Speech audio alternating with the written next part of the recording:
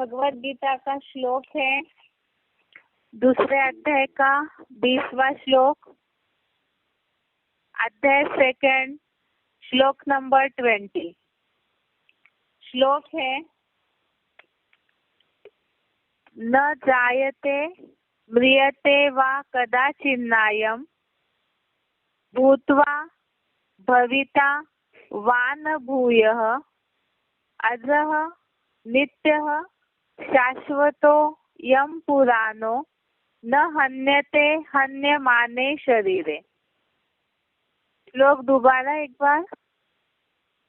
न जायते म्रियते वा कदाचिन्नायं भूत्वा भविता वा न भूयः अजः नित्यः शाश्वतो यं पुराणो न हन्यते हन्यमाने शरीरे। संधि विच्छेद इस श्लोक का। न जायते म्रियते वा कदाचित् न अयं भूत्वा भविता वा न भूयः अजः नित्यः शाश्वत अयं पुराण न हन्यते हन्यमाने शरीरे। संधि विच्छेद दोबारा एक बार। न जायते म्रियते वा कदाचित् न अयं भूत्वा भविता वा न भूयः अजः नित्यः शाश्वतः अयं पुराणः न हन्यते हन्यमाने शरीरे। अभी शब्दों का अर्थ देखते हैं इस श्लोक का। अयम अर्थात यह, कदाचिन अर्थात न कभी, जायते अर्थात जन्मता है, वा अर्थात और, न म्रियते अर्थात न मरता है, वा अर्थात या, भूत्वा अर्थात होकर, भूयः अर्थात फिर से, न भविता अर्थात नहीं होगा, अजः अर्थात अजन्मा, नित्यः अर्थात नित्य, शाश्वत अर्थात सनातन, पुराणो यम अर्थात पुरातन यह, शरीरे अर्थात देह, हन्यमाने अर्थात हनन होते भी, न हन्यते अर्थात नहीं मारा जाता। शब्दों का अर्थ दोबारा एक बार। अयम अर्थात यह, कदाचिन अर्थात कभी न, जायते अर्थात जन्मता है, वा अर्थात और, न म्रियते अर्थात न मरता है, वा अर्थात या, भूत्वा अर्थात होकर, भूयः अर्थात फिर से, न भविता अर्थात नहीं होगा, अजः अर्थात अजन्मा, नित्य अर्थात नित्य, शाश्वत अर्थात सनातन, पुराणो यम अर्थात पुरातन यह, शरीरे अर्थात देह, हन्यमाने अर्थात हनन होते भी, न हन्यते अर्थात नहीं मारा जाता। इसका अर्थ है श्लोक का, यह कभी न जन्मता है और न मरता है, या होकर फिर से नहीं होगा, अजन्मा, नित्य, सनातन, पुरातन, यह देह हनन होते भी नहीं मारा जाता। कुछ दिनों से जो दूसरा अध्याय है इसमें जितने भी श्लोक आ रहे हैं, और जैसे कल भी हमने समझा, आत्मा के गुणधर्म के बारे में ही समझाया जा रहा है।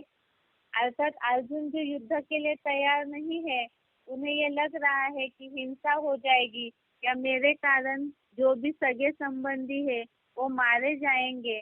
तो इसीलिए अर्जुन को भगवान आत्मा का महत्व समझा रहे हैं कि इस युद्ध में इस तरह से आत्मा का कोई भी नुकसान नहीं होता है।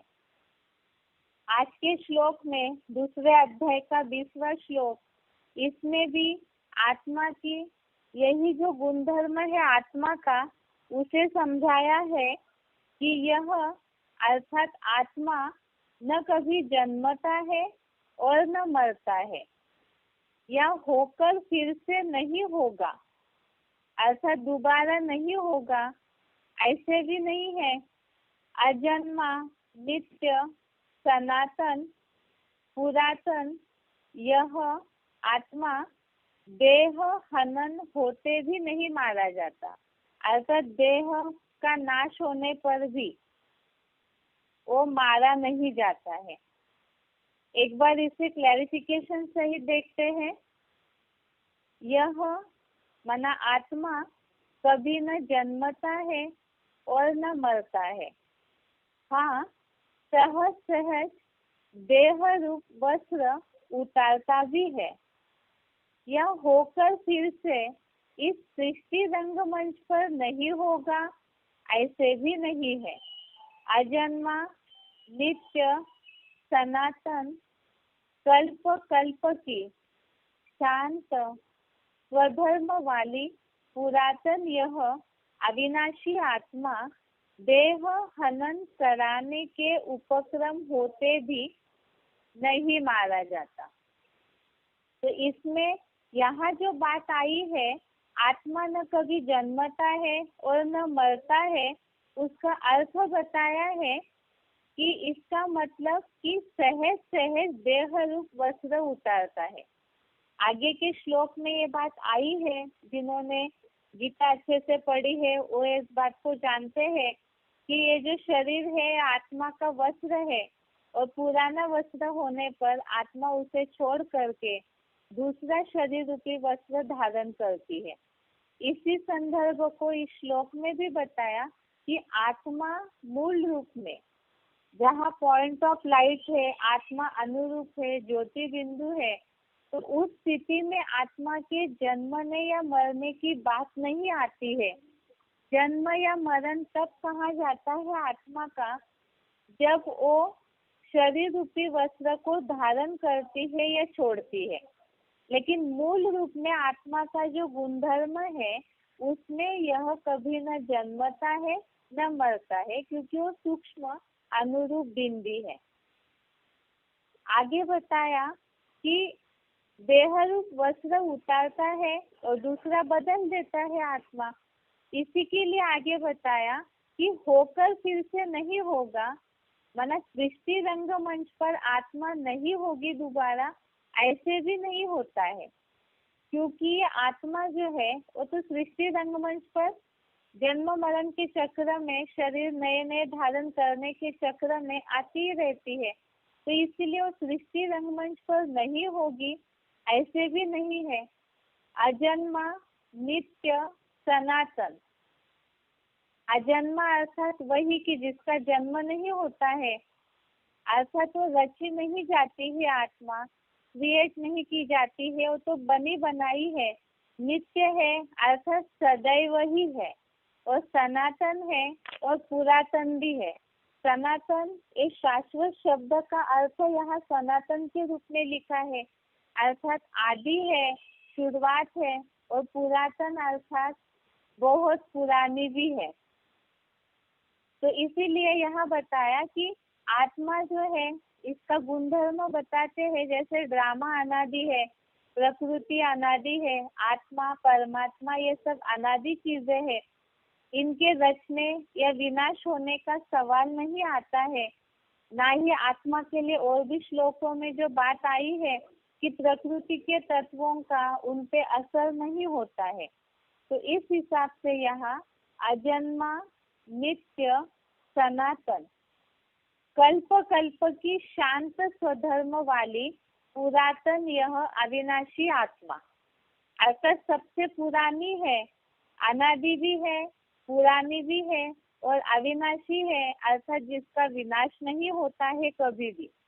तो ऐसी जो आत्मा है, देह हनन कराने के उपक्रम होते भी नहीं मारा जाता। देह हनन कराने के उपक्रम अर्थात जो भी आत्मा जब शरीर छोड़ती है उसके बाद शरीर के लिए जो उपक्रम किए जाते हैं, जैसे मिट्टी में दफनाते हैं, जलाते हैं, इस तरह के देह के नाश होने के जो उपक्रम किए जाते हैं, उसके बावजूद भी आत्मा मारी नहीं जाती है, क्योंकि आत्मा शरीर छोड़ देती है, शरीर रूपी वस्त्र को उतार देती है। तो आत्मा के ऊपर प्रकृति के द्वारा जो प्रक्रिया की जाती है वो की नहीं जा सकती, ना ही आत्मा के ऊपर उनका असर होता है। आगे के श्लोक में आत्मा की इस गुणधर्म को बताने वाली भी बातें आई है, जिसे हमने बेसिक कोर्स में भी समझा है कि आत्मा काटी नहीं जाती, उसे जल नहीं भिगोता है।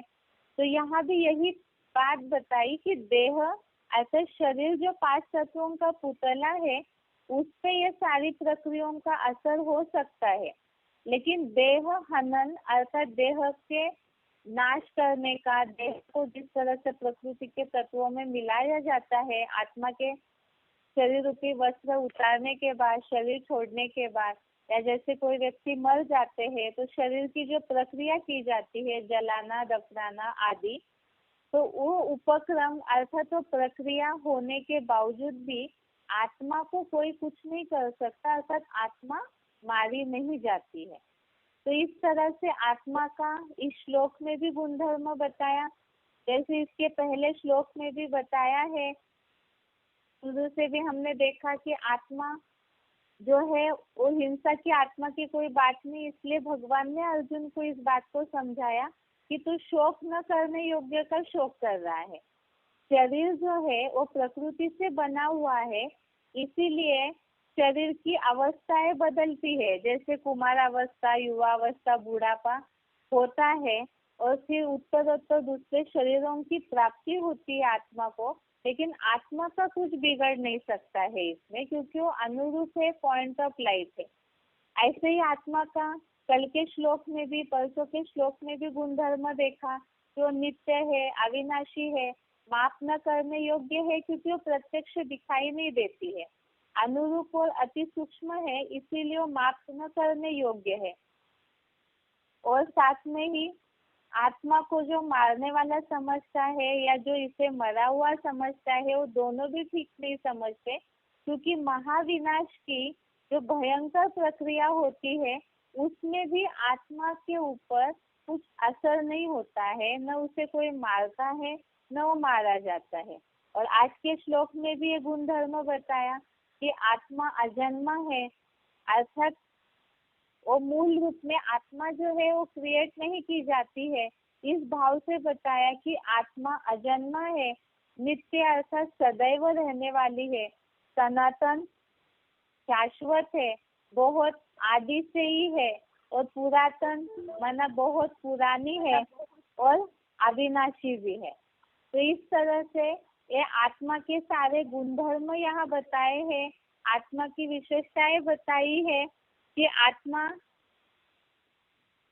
के ऊपर कोई भी बात का मनुष्य के द्वारा, प्रकृति के द्वारा कोई प्रक्रिया करने का असर नहीं होता है। इस बात को यहाँ समझाने के लिए श्लोक में ये सारी बातें बताई हुई है। अभी भगवान अर्जुन को युद्ध भूमि में रह कर के ये सारी बातें बता रहे हैं इस बात को हम समझा सकते हैं। जैसे कई लोग इस बात को समझते हैं, भक्ति मार्गीय जो गीता पाठी ब्राह्मण है वो ये सोचते हैं कि युद्ध भूमि में अर्जुन को भगवान ने ये सारी बातें बताई ताकि वो युद्ध के लिए प्रेरित होकर युद्ध करे। तो वास्तविकता तो गीता में जो लिखी गई बातें हैं वो यही है, लेकिन वो युद्ध कौन सा हुआ, कब हुआ, इस बात को दुनियावी जो भक्ति मार्गीय लोग हैं वो नहीं समझते हैं। तो इस बात को यहाँ समझाया जा सकता है गीता के श्लोकों को समझाते हुए कि वास्तव में स्थूल युद्ध भूमि की बात है क्या। क्योंकि अगर गीता में स्थूल युद्ध भूमि में भगवान अर्जुन को युद्ध भूमि में इतनी सारी बातें बताते रहते, क्योंकि गीता में बहुत सारी वैरायटी बातें आई है, जैसे खान पान को लेके भी बात आई है, दान पुण्य को लेके भी बातें आई है। तो ये सारी बातें युद्ध भूमि में समझाने का क्या औचित्य है। यहाँ खास बात तो है कि अर्जुन हिंसा नहीं करना चाहते, अपने सगे संबंधियों के प्रति मोह है, इसीलिए अर्जुन को समझाया जा रहा है शुरू के श्लोकों में, ठीक है। लेकिन बाद के श्लोकों में गीता में जो बातें आई है वो समझाने का उद्देश्य क्या है। इसका मतलब ये कोई स्थूल युद्ध भूमि की बात नहीं है। तो यहाँ हर मनुष्य जो है अपने जीवन में जो संघर्ष कर रहे हैं सत्य असत्य के साथ, जीवन की समस्याओं के साथ, क्योंकि अनेक मत मतांतरों में फंस करके जहाँ मनुष्य जीवन में संघर्ष कर रहे हैं, उलझने हैं, उसी के कारण मन की स्थिति डाउन हो जाती है। और इसी के बीच में जीवन चलते चलते ही जहाँ सगे संबंधियों के प्रति मनुष्यों को मोह रहता है, तो उस समय जब कोई शरीर छोड़ते हैं सगे संबंधी, कोई मृत्यु को पाते हैं, तो उस समय कई लोग दुखी हो जाते हैं। कई तो ऐसे भी है लौकिक दुनिया में जो डिप्रेशन में आते हैं, अति का दुख होकर के उनके साथ भी कुछ अनहोनी हो जाती है, क्योंकि सगे संबंधियों के प्रति मोह रहता है। तो उस संघर्ष को, जो मृत्यु ऐसा दुख है मानवीय जीवन में, उस संघर्ष को कोई भी जल्दी झेल नहीं पाता है, तो शोक मनाते हैं, कई समय तक उस बात में उलझे रहते हैं, अपना जो जीवन चल रहा है उसे भी रुका के रखते हैं। तो वास्तव में भगवत गीता में भगवान इसी बात को यहाँ समझा रहे हैं कि हर मनुष्य इस दुख से उभरे, निकले इस दुख से। तो इसीलिए ही मनुष्य जीवन में इस बात को समझाया जा रहा है। अब ये तो हुई भक्ति मार्गीय गीता में जिस तरह से समझाया है, लोग जिसे गीता पाठी ब्राह्मण सही मायने में नहीं समझ पा रहे, तो उन्हें इस बात को इस तरह से समझाया जा सकता है कि वास्तव में स्थूल युद्ध भूमि की बात नहीं है। यह जीवन का जो संघर्ष है उसमें मनुष्य हार न माने, डाउन न हो, मनस्थिति खराब न करे। तो इसीलिए ही ये सारी गीता की बातें बताई जा रही है, ताकि धर्मानुकूल अपना जीवन चलाए, कर्मों की गति को गीता अनुसार समझे। दूसरी बात यह है कि बहुत सारे श्लोकों में यहाँ जो भी बात आ रही है, अर्जुन को यही है कि उनके सगे संबंधियों की मृत्यु हो जाएगी। जिस तरह के शब्दांकन है गीता में उसमें ये बात आती है। अर्जुन को इस बात का भय है कि उनके सगे संबंधियों की मृत्यु हो जाएगी युद्ध में। तो इसीलिए भगवान कई श्लोकों में ये बात आई है, तू शोक करने योग्य नहीं है। कई जगह ये बात आई है कि जिस तरह से शोक करने योग्य नहीं है, जैसे बताया आत्मा तो निर्विकारी है, इसीलिए तू शोक करने योग्य नहीं है। आत्मा को जल भिगोता नहीं है, शस्त्र काटते नहीं है, इसीलिए तू शोक करने योग्य नहीं है।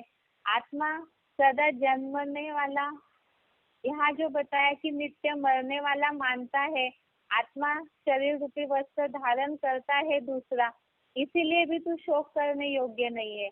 ऐसी जो अलग अलग श्लोकों में ये जो शब्द आया है वारंवार कि तू शोक करने योग्य नहीं है। क्यों शोक करने योग्य नहीं है? जैसे शिव बाबा भी मुरलियों में हम इस बात को लोगों को समझा रहे हैं कि जो ज्ञान है शिव बाबा का, वास्तव में आत्मा परमात्मा का ये ज्ञान, ये भी गीता ज्ञान का क्लैरिफिकेशन ही है। हम भी तो मुरली रूपी गीता को ही समझ रहे हैं, अपने जीवन में धारण कर रहे हैं। तो मुरली में भी ये बात आती है कि अम्मा मरे तो भी हलवा खाओ, और गीता में इस बात को बोला है तो शोक करने योग्य नहीं है। तो लौकिक दुनिया में तो लोग इस बात को गलत लेंगे कि सगे संबंधी कोई शरीर छोड़े हैं तो भी इनका कैसा ज्ञान है कि ये शोक नहीं करते हैं, इनको कुछ होता ही नहीं है। तो वास्तव में यह गीता के आधार से इस बात को समझाया जा सकता है कि जैसे कोई पुराना कपड़ा छोड़ देता है, नया ले लेता है, पहन लेता है, तो कोई दुख थोड़े ही मनाते हैं। इसी तरह से यहाँ किसी का शरीर पुराना हो गया, बहुत बीमार दुखी रोगी है, ऐसे समय उस शरीर से काम नहीं चल पा रहा था, तो आत्मा उस शरीर रूपी वस्त्र को छोड़ के दूसरा धारण करती है। तो इसीलिए ऐसे समय में किसी की मृत्यु होने पर कोई शरीर छोड़ती है आत्मा, तो यहाँ स्थूल रूप में कोई हलवा खाने की बात नहीं है। यहाँ बात है वास्तव में ज्ञान के आधार से, ज्ञान की समझ के आधार से उस आत्मा को पावरफुल पॉजिटिव वाइब्रेशन देना है। तो गीता में यहाँ शोक करने योग्य नहीं है, इस बात को भगवान बता रहे हैं इस भाव से कि आत्मा के ऊपर कोई असर नहीं होता है, आत्मा को कोई नुकसान नहीं होता है, वो तो शरीर रूपी वस्त्र को दूसरा बदलती है। और इस बात को हम भी ज्ञान के आधार से समझ रहे हैं, इसीलिए शोक नहीं करते हैं। तो उन आत्माओं को हम वाइब्रेशन देते हैं ताकि वो अपना नया जन्म जो ले वो अच्छी तरह से सुख कारक रीति से ले। तो इसी बात को यहाँ गीता में जो कुछ दिनों से श्लोक चल रहे हैं, आत्मा का महत्व समझाते हुए, शरीर और आत्मा में क्या अंतर है वो समझाते हुए, तो यहाँ भी यही बात बताई है कि देह का नाश होने पर देह हनन कराने के उपक्रम होते हुए भी आत्मा मारी नहीं जाती है। एक बार इस श्लोक का दोबारा अर्थ समझ पढ़ते हैं। यह कभी न जन्मता है, अर्थात यह आत्मा कभी न जन्मता है और न मरता है। हाँ, सहज सहज देह रूप वस्त्र उतारता भी है। यह होकर फिर से सृष्टि रंगमंच पर नहीं होगा, ऐसे भी नहीं है।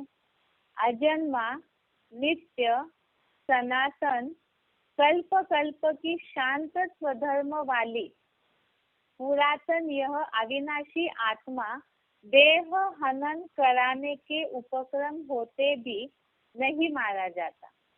यहाँ साथ में बता दिया कि आत्मा जब प्रकृति का रूपी शरीर धारण करती है तो प्रकृति के गुणों का उस पे असर होकर के ही वो अशांत हो जाती है, या आसक्त होकर के कहीं ना कहीं वो खींची चली जाती है, तब उसके ऊपर सुख दुख का लेप छेप चढ़ना शुरू होता है।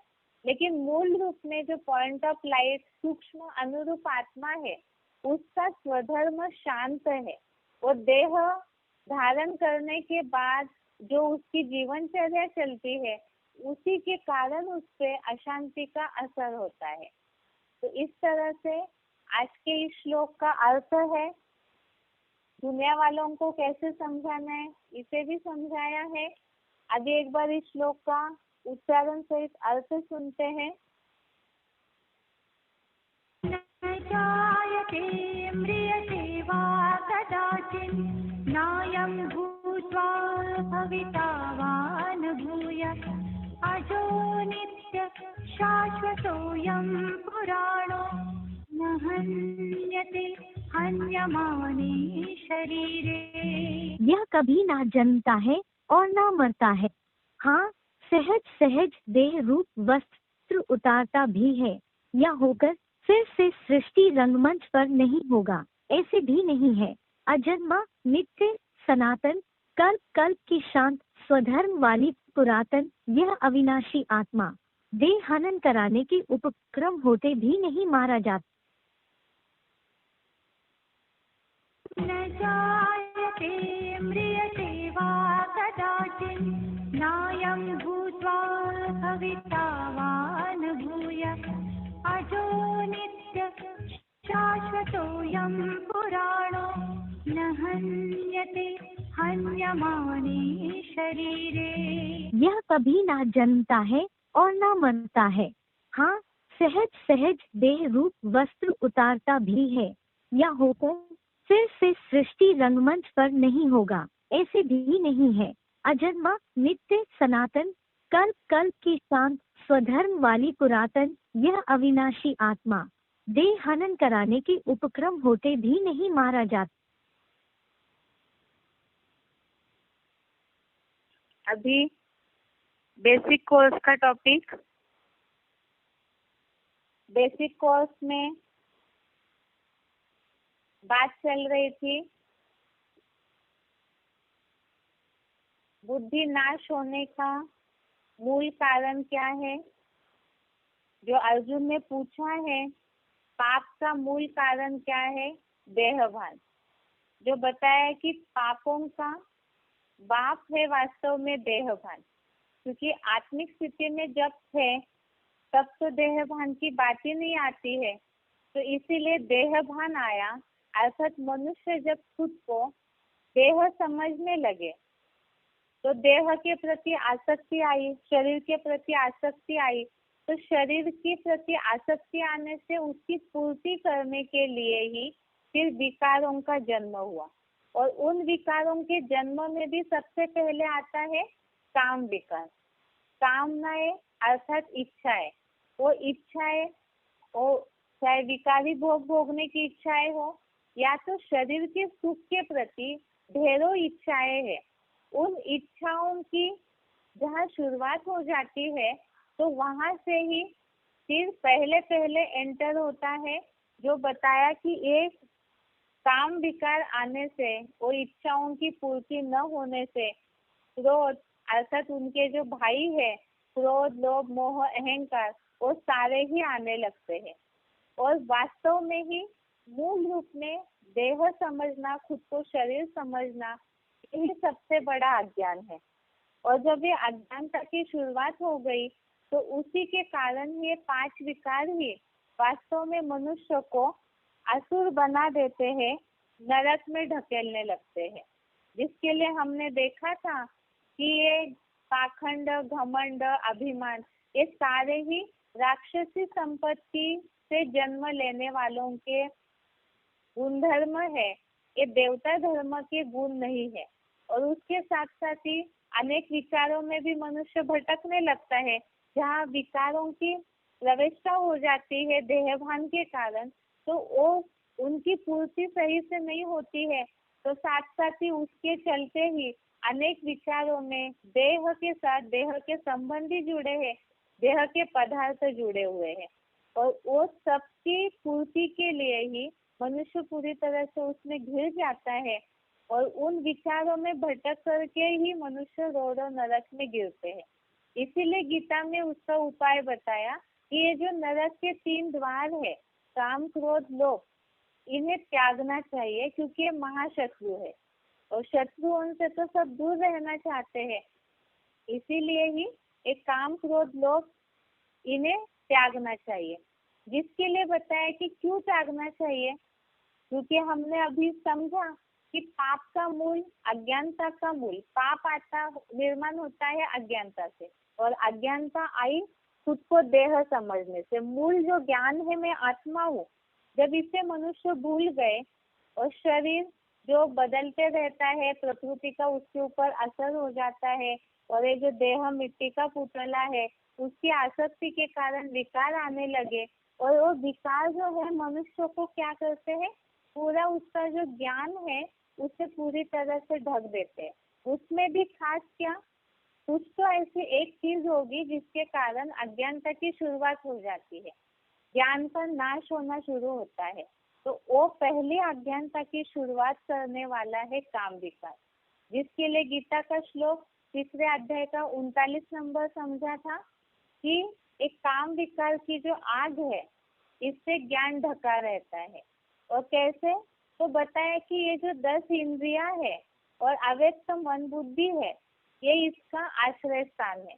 अर्थात ये जो काम विकार है या तो कामनाएं है, इच्छाएं है, ये 10 इंद्रियों को भी खींच लेती है। आगे के ऐसे श्लोक में ये बात आई है कि ये जो इंद्रियां है, जबरियन बलवान जो पुरुष है, बुद्धिमान पुरुष है, उसे भी जबरियन खींच लेती है अपनी तरफ। तो ये जो इच्छा है, इस तरह से खींच करके ज्ञान को ढक करके मनुष्य को पूरी तरह से मूढ़ बना देती है। और कैसे मूढ़ बनाती है, इसे भी समझना होगा कि काम विकार से बुद्धि नष्ट होती है। ऐसे अगर हम लोगों को समझाएंगे तो कैसे मानेंगे। आजकल तो दुनिया में बहुत सारी ऐसी मान्यताएं लोगों की, सबको तो सृष्टि बढ़ाने की या तो जनरेशन बढ़ाने की, परिवार समृद्धि करने की, ऐसी बहुत सारी वैरायटी लोगों की चिंताएं रहती है। और ये सोचते हैं कि शरीर है, उपजीविका करनी है तो इच्छाएं तो होगी है, उसे कैसे मारेंगे हम, उसे क्यों खत्म करना चाहिए। तो इस बात को समझाना जरूरी है कि ये जो इच्छाएं है, विकारी भोग भोगने की इच्छा है, चाहे देह भान की पूर्ति करने की इच्छा है, इसके कारण ज्ञान नष्ट होता है, बुद्धि नष्ट होती है। इसे कैसे मानेंगे कोई। तो इसके लिए ही गीता में इस बात को बताया है, जो हमने श्लोक समझा था दूसरे अध्याय का 62 और 63वां श्लोक, कि बुद्धि नष्ट होने का पहला रास्ता, पहले जो चीज है, चैन है, वो शुरू होती है कैसे, देहभान से काम विकार आया। तो जब शरीर के लिए हम सोचते हैं, जन्म जन्मांतर जो संस्कार पड़े हुए हैं देहभान की पूर्ति के कारण, तो उसके कारण ही मनुष्य जहाँ बर्बसी संस्कारों के कारण ये विषय भोगों का ध्यान करते हैं, शरीर की पूर्ति के लिए सोचते हैं, तो ऑटोमेटिकली ही सबको ही अपने शरीर से मोह रहता है। तो उसके लिए सोचते सोचते ही देह जो है 5 तत्वों का पुतला है, उसके बारे में सोचते सोचते ही आसक्ति या लगाव निर्माण होने लगता है, अटैचमेंट निर्माण होने लगती है। और आसक्ति से कामनाएं अर्थात इच्छाएं निर्माण होने लगती है। चाहे वो सबसे पहले तो है भिखारी भोग भोगने की इच्छा है, और उसके साथ साथ अनेक इच्छाएं हैं, जो मुरली में भी शिव बाबा बोलते हैं दुखों की लिस्ट निकालो, ऐसे इच्छाओं की भी लिस्ट निकालने बोला है। वो तो अनलिमिटेड होती है।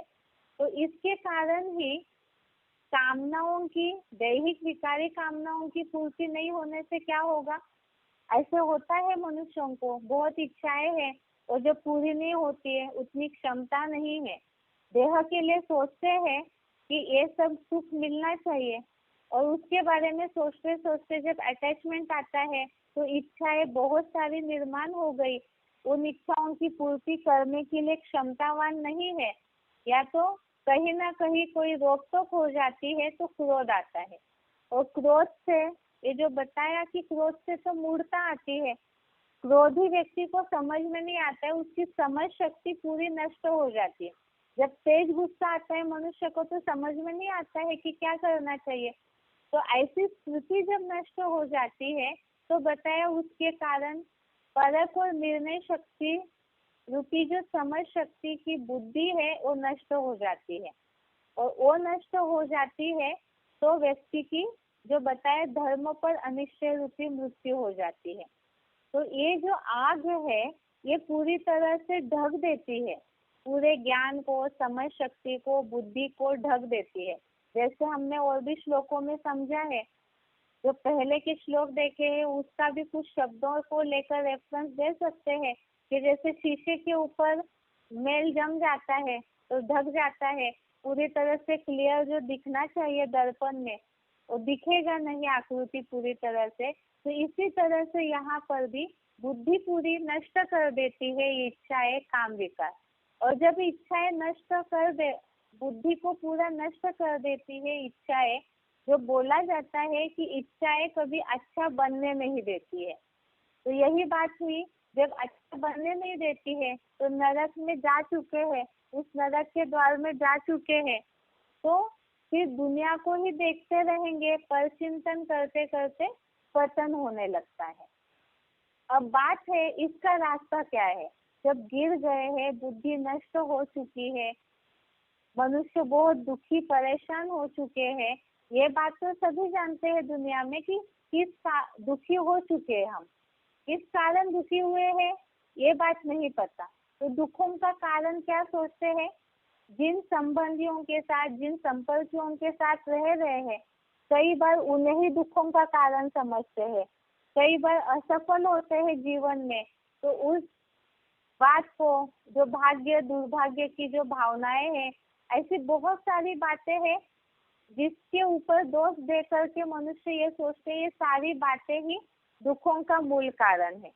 क्योंकि मनुष्य जो है देहभान में है और देह की इंद्रिया जो है वो स्थूल है, बाहर मुखी है। बाहर मुखी होने के कारण मनुष्य हर पतन का, मनस्थिति खराब होने का, हर बात का दुखों का कारण दूसरे को ही दोषी बना लेता है। तो ये जो परचिंतन है यही पतन का कारण बना। और सबसे पहला पर क्या है? सबसे पहला पर है देह।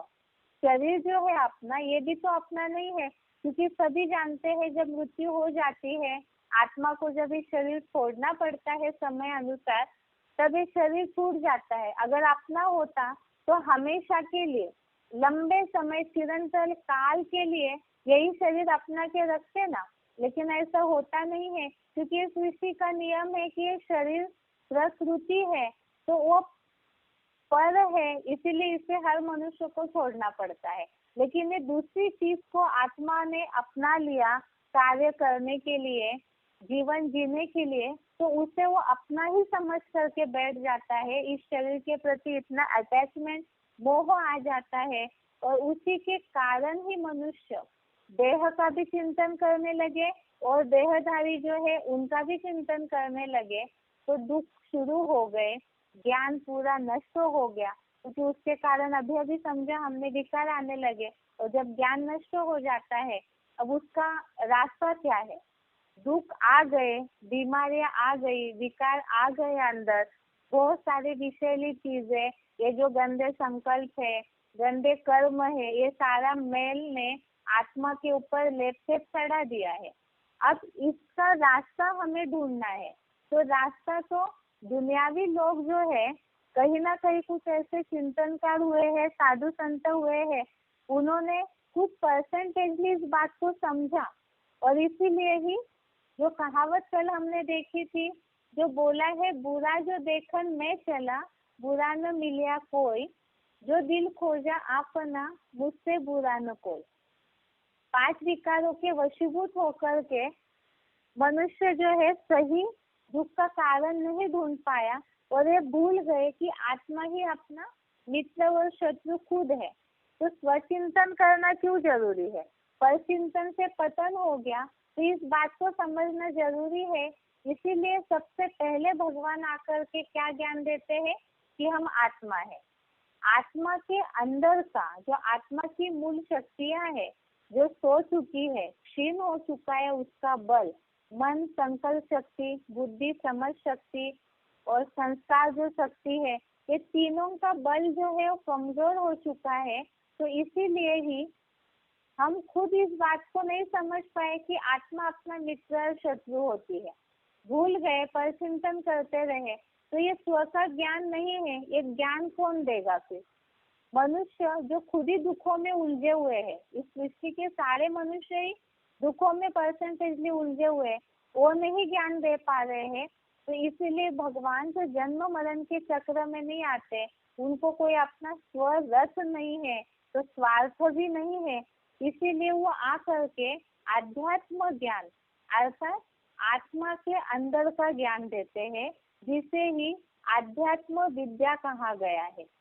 10वें अध्याय के 32वें श्लोक में, अध्याय 10 श्लोक नंबर 32 में ये शब्द आया है आध्यात्म विद्या का। अब इसीलिए ही स्वचिंतन करना जरूरी है, स्वस्थिति में टिकना जरूरी है, स्वधर्म में टिकना जरूरी है।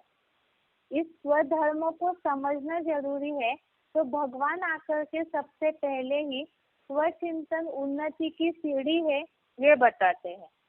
अब जैसे बताया कि मनुष्य इंद्रियों का सुख लेते लेते बाहर मुखी हुए, क्योंकि इंद्रिया दिखाई देती है, बाह्य अंग है सारे, जो भी शरीर की कर्मेंद्रिया, ज्ञानेंद्रिया है वो स्थूल है, बाहर दिखाई देती है। तो उन्हीं के भान में आते आते पतन हो गया। इसीलिए ही स्वस्थिति में टिक करके अंतर्मुखी हो करके सदा सुखी होना है। अंतर्मुखी होना अर्थात जो हमारी अंदरूनी इंद्रिया है, सूक्ष्म इंद्रिया है, आत्मा की शक्तियां है, मन बुद्धि, उन्हें काम में लगाना है। जिसके लिए मुरली में भी शिव बाबा बोलते हैं कि चाहे साधन कितने भी हो तो भी प्रयोग योग बल का होना चाहिए। तो मनोबल और बुद्धि का बल हमारे पास है, लेकिन उसे कैसे यूज करना है वो पता न होने के कारण कोई चीज जैसे पड़े पड़े जंग लग जाती है। तो ऐसे ही सही रीति से मन का प्रयोग, बुद्धि का प्रयोग करना मनुष्य भूल गए देहभान के कारण। और इसीलिए इसका उपाय है अंतर्मुखी होना है, स्वचिंतन करना है, और तब ही स्वस्थिति के द्वारा स्वर्ग का अनुभव कर सकते हैं। इसीलिए ही गीता का श्लोक देखा था हमने कल, तीसरे अध्याय का 17वां श्लोक, अध्याय 3 श्लोक नंबर 17। इसमें बताया कि मनुष्य ज्योति बिंदु आत्मा में प्रीति वाला, आत्मतृप्त, आत्मा में ही संतुष्ट है, उसका कोई कार्य नहीं रहता है। क्यों नहीं रहता है? स्वस्थिति को समझना क्यों जरूरी है? क्योंकि देह है, देह के भान में रहेंगे तो देह चिंताएं सताती रहेगी। और आत्मिक स्थिति में अगर टिक जाएंगे तो गीता में ही इसका उपाय बताया है कि जो आत्मा में प्रीति वाला, आत्मा में संतुष्ट है, तो उसके लिए कोई कार्य रहता नहीं, कोई चिंताएं नहीं रहती है। क्योंकि आत्मा के लिए बताया कि उसके ऊपर प्रकृति की कोई बातों का असर नहीं होता है। तो इसीलिए ही स्वस्थिति में टिकने से ही स्वर्ग की अनुभूति होगी। और इसीलिए ही वास्तव में देह का भान जो है वो पर धर्म हो गया, पर चिंतन हो गया। इसीलिए ही स्वधर्म क्या है, जिसमें टिकने से बताया है। गीता में श्लोक आया है, तीसरे अध्याय का 35वां श्लोक, अध्याय 3 श्लोक नंबर 35। इसमें ये बात आई है, श्रेयं स्वधर्म विगुणः पर धर्म स्वनुष्ठितात्, स्वधर्मे निधनम श्रेय पर धर्मो भयावह। अर्थात स्वधर्म का पालन करने से ही वास्तव में आत्मा सुखी हो सकती है, और पर धर्म जो है वो भयावह है। इसीलिए अब ये तो समझ में आ गया कि स्वचिंतन करना है, स्वस्थिति में टिकना है, देहभान को छोड़ना है। तो ये स्वस्थिति का अभ्यास कैसे करना है? जैसे कल बताया था कि परमात्मा ने, भगवान ईश्वर ऐसे एक डॉक्टर है जो बीमारी क्या है वो भी बताते हैं, बीमारी क्यों आई वो भी बताते हैं, और उसका उपाय भी बताया है। तो उपाय है स्वस्थिति का अभ्यास। अर्थात स्वस्थिति का अभ्यास करते करते ईश्वर में जहाँ हम बुद्धि लगाएंगे तो ऑटोमेटिकली ही दवाई काम करेगी। जो अनेक प्रकार के गंदे संकल्प, जो बहुत सारे विषैलापन घुसा हुआ है अंदर, वो सारा ही निकल जाएगा। लेकिन कैसे?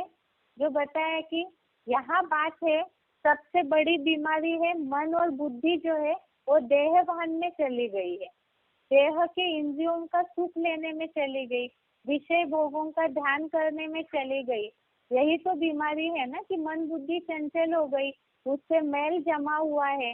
ये बीमारी है जिसके कारण बुद्धि पूरी नष्ट हो गई। अब इसके लिए क्या करना है? इंद्रियों के सुखों में जाकर के ही मनुष्य बीमार हो गए, मन बुद्धि चंचल हो गई है। तो इसका उपाय बताया स्वस्थिति। अर्थात मन को और बुद्धि को एकाग्र करना है, ये दवाई है इसकी। स्वस्थिति में टिकना है, ये दवाई है। लेकिन कैसे? अगर बीमारी ठीक करनी है, कोई बहुत बीमार है, तो बीमारी ठीक करने के लिए एक ही साथ उसको 10 टैबलेट खिला देंगे तो क्या वो एक दिन में ठीक हो जाएगा? ये तो संभव नहीं है, उसका गलत असर हो जाएगा। तो इसी तरह से लंबे समय के जन्म जन्मांतर की मन बुद्धि इंद्रियों का सुख लेने में अटकी हुई है। तो तुरंत अगर कोई सोचे कि हाँ, किसी को बहुत नशा चढ़ गया, जिज्ञासुओं को सोचे कि हाँ मन को कंट्रोल करना है, यही सब कुछ है, और सोच करके एक ही दिन में सब कुछ छोड़ करके बैठ के सोचे कि हम मन को पूरा कंट्रोल कर ले, तो ये संभव नहीं है। एक दिन में ये होने वाला नहीं है। इसके लिए धीरे धीरे अभ्यास करना जरूरी है।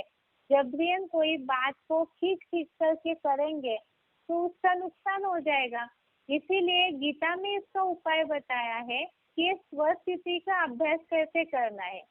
जोर जबरदस्ती तो कुछ करना नहीं है, क्योंकि ये जो ईश्वरीय ज्ञान है इसका नाम ही है सहज राजयोग, जिसके लिए बताया है 6वें अध्याय का 25वां श्लोक, अध्याय 6 श्लोक नंबर 25।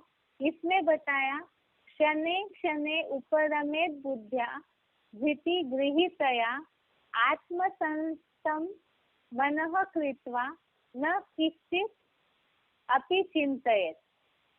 अर्थात धीरे धीरे धैर्य वाली बुद्धि द्वारा उपराम हो जाए, आत्म बिंदु में पूरा स्थिर करके कुछ भी चिंतन न करे। आज का ये टॉपिक है स्वस्थिति का अभ्यास कैसे करना है।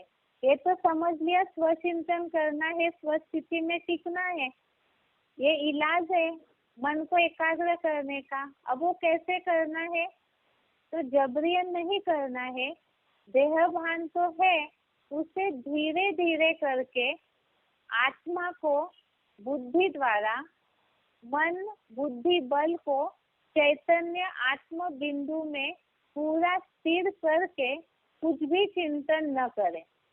जब ऐसे करेंगे तो इससे क्या होगा, इसके लिए बताया है आगे 6वें अध्याय का 26वां श्लोक, अध्याय 6 श्लोक नंबर 26। इसमें बताया है यतो यतो निश्चरति मनः चंचलम अस्थिरम ततः ततः नियम्य एतत् आत्मनि एव वशम नयेत्। अर्थात ये बताया अस्थिर चंचल कपि जैसा मन जहाँ जहाँ अपनी देह के संबंधियों स्थान विशेष या पदार्थों से हठपूर्वक चलायमान हो, वहां से इस मन को भली भांति प्रयत्न पूर्वक धैर्य पूर्वक नियमित करके आत्मा के ही वश में ले आए। अर्थात ये उपाय बताया है। मन बहुत चंचल है, वो कभी आंखों के सुख में भागता है, कभी कान का सुख लेने में भागता है, कभी बताया जो गीता में मूल बताया है कि कामनाओं की इच्छा पूर्ति के लिए भागता है। तो जिस जिस इंद्रिय की ओर मन भागता है, तो ऐसे अस्थिर मन को धीरे धीरे से, पहले ही बता दिया, धीरे धीरे क्षणे क्षणे उपरमेत बुद्धिया, अर्थात धीरे धीरे इस धैर्य वाली मन बुद्धि को जहाँ जहाँ भी ये मन भागता है, कभी अपनी देह की सुखों की पूर्ति के लिए भागता है, कभी देह के संबंधियों के लिए, कभी कोई स्थान विशेष के लिए, कभी कोई पदार्थ विशेष के लिए भागता है, तो इन सब से धीरे धीरे नियमित करके, ऐसा जहाँ जहाँ भागेगा तो वहाँ वहाँ मन को समझाना है कि इस चीज से क्या नुकसान होगा। वो तो भागेगा ही, क्योंकि जन्म जन्मांतर की आदत है। तो उसे धीरे धीरे करके जब उसका नुकसान पता होगा, तब ही वो अपने आप ही मन उस चीज के नुकसान को समझने के बाद धीरे धीरे आत्मा स्टार में जब एकाग्र हो जाए, आत्मा के ही वश में ले आए। अर्थात एक दिन में होने वाली बात नहीं है, उसको प्रैक्टिस करके अभ्यास करते करते देह भान से निकालने की कोशिश करनी है। जैसे बताया, आत्मा की जो शक्ति है वो हर इंद्रिय में रहती है। अब उससे मन को धीरे धीरे करके जितना आत्म स्टार में लेकर जाएंगे, और मन और बुद्धि को इस बात का, खास तो मन इंद्रिय सुख में भागता है, जब उसे उसका नुकसान पता हो जाएगा तो ऑटोमेटिकली उस बात से हटेगा जिसके लिए बताया अभ्यास और वैराग्य। वैराग्य आता जाए, जो बताया एटॉमिक विस्फोट की जो दुनिया है उससे वैराग आना है। अब वो कैसे आएगा?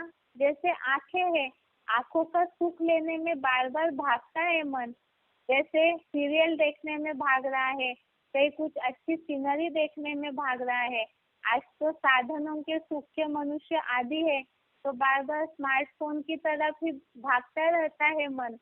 तो ऐसे समय में उसका नुकसान जहाँ पता हो, आंखें जहाँ अपना सुख लेने में भागती है, तो सबसे पहला नुकसान तो आज मनुष्य जानते हैं, ज्यादा टीवी की स्क्रीन देखेंगे तो आंखें खराब हो जाती है।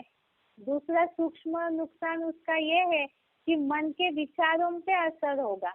आज के जो भी सीरियल है, जो भी टीवी में दिखाते हैं, वो तो पतन का कारण है, तो उससे और ही संकल्पों का बिखराव होगा। तो ऐसे हर इंद्रिय जहाँ जहाँ भी भागती है, उसका नुकसान जहाँ बुद्धि में हो, तो वैराग आ जाएगा। और वैराग आने के बाद अभ्यास निरंतर अच्छी तरह से होगा, और ये अभ्यास जब होता जाएगा तो ऑटोमेटिकली ही आत्मा में मन एकाग्र होता जाएगा। जिसके लिए बताया कि अब ये तुरंत संभव है क्या, कि जैसे बोला कि मन को कंट्रोल करना है, इंद्रियों के सुख या संबंधियों का स्थान का सुख, इससे मन को कंट्रोल करना है धीरे धीरे करके।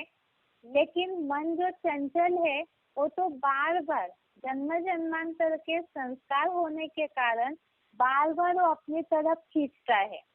और जब वो खींचता है, जिसके लिए बताया है गीता में दूसरे अध्याय का 60वां श्लोक, अध्याय सेकेंड श्लोक नंबर 60, इसमें बताया है यततो ह्यपि कौन्तेय पुरुषस्य विपश्चितः इंद्रियाणि प्रमाथीनि हरन्ति प्रसभम मनः। मन जो बार बार विषय भोग के संस्कार की ओर खींचता है, या जो यहाँ गीता में बताया है कि पुरुष की अच्छे से, बुद्धिमान पुरुष की भी अच्छे से मत डालने वाली इंद्रिया मन को बलपूर्वक खींच लेती है। तो वो इंद्रियों का नाम बताया कि खास तो नेत्र, आंखें और कामेंद्रिय सहित अन्य इंद्रिया जो है वो मन को बलपूर्वक खींच लेती है। क्यों खींचती है? क्योंकि मन को आदत हो गई है इंद्रियों का सुख लेने की, इसीलिए ही वो तुरंत वश में नहीं आएगा। जब जब भी मन बार बार जब भी एकाग्र करने की कोशिश करेंगे, तो उस समय जरूर वो मन जो बोला है बाबा ने, याद में माया आती है। तो इसी तरह से जब भी मन एकाग्र करने की कोशिश करेंगे, तो ये माया जो है वो मन को इंद्रिय सुख बार बार खींचते रहेंगे और खींचते रहेंगे। उसके लिए और बताया कैसे खींचते हैं। कोई सोचेंगे नहीं हम तो जबरदस्ती मन को कोशिश करेंगे तो एकाग्र होता जाए, लेकिन गीता में बताया है इसे भी कि मन किस तरह इंद्रियों सुखों को खींचता है। दूसरे अध्याय का 67वां श्लोक, अध्याय सेकेंड श्लोक नंबर 67, इसमें ये बताया है कि जब मन इंद्रियों के वशीभूत हो जाता है, तब वह मन बुद्धि को भी हर लेता है। अर्थात बुद्धि जो समझ और निर्णय शक्ति है, वो लगाम मन को पकड़ के रखना चाहिए, लेकिन मन इंद्रिय सुखों में इतना आदी हो जाता है कि वो जबरियन खींच लेता है। जो श्लोक में बताया है दूसरे अध्याय का 67वां श्लोक, इंद्रियाणाम ही चरताम यत् मनो अनुविधीयते तत् अस्य हरति प्रज्ञाम वायु नाव निवाम्भति। इसमें ये बताया अर्थ है, जो मन दैहिक भोगों में विचरण करती हुई कोई भी ज्ञान या कर्मेंद्रियों का अनुसरण करता है, वह मन तीव्र गति से बहती वायु द्वारा पानी में तैरती नाव की तरह इस बुद्धि को, इस भोगी बेलगाम दौड़ता अश्वरूप मन बुद्धि को हर लेता है। जैसे बताया कि पानी में नाव जो तैरती है तो वायु जो है, हवा जो है, उसे पूरी तरह से अपनी ओर खींच लेती है। तो इसी तरह से यहाँ भी मन जो है वो बुद्धि को, अश्वरूप मन है, चंचल है, तो वो मन जो है वो बुद्धि की समझ शक्ति को भी हर लेता है।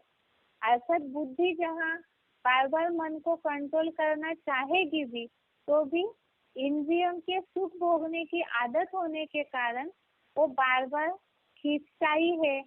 पता ही नहीं चलेगा कि कब बुद्धि की समझ शक्ति गायब हो गई और मन सुख की ओर चला गया। तो इसीलिए क्या करना जरूरी है, मन तुरंत ऐसे वश में नहीं आएगा क्योंकि उसे इंद्रिय सुखों की आदत हो गई है। इसीलिए क्या करना है, जहाँ इंद्रियों के सुखों की ओर मन दौड़ता है तो मन को तो स्थिर करना ही है, लेकिन उसकी प्रैक्टिस करने के लिए पहले इंद्रियों को कंट्रोल करना है। और उन इंद्रियों को कैसे कंट्रोल करना है, तो उसके लिए गीता में भी उपाय बताया है कछुए के अंगों का, जिसे हम कल देखते हैं कि किस तरह से पहले इंद्रियों को कंट्रोल करने की प्रैक्टिस करनी है, क्योंकि मन इंद्रियों की ओर दौड़ रहा है। तो इंद्रियों को ही कंट्रोल करना पहले सीखेंगे, दोनों अलग परस है। इसीलिए ही इंद्रिया बाह्यमुखी है, स्थूल है, तो उसे पहले जब कंट्रोल करना सीखेंगे तो ऑटोमेटिकली ही मन जो है वो स्थिर होता जाएगा, धीरे धीरे करके नियंत्रण में आता जाएगा। आज के लिए यहाँ तक ही। कल देखेंगे हम कि इंद्रियों को नियंत्रित कैसे करना है, क्या इंद्रियों को जबरियन रोकना है, सहज सहज करना है, तो उसका उपाय क्या है। आज के लिए यहाँ तक ही। ओम शांति।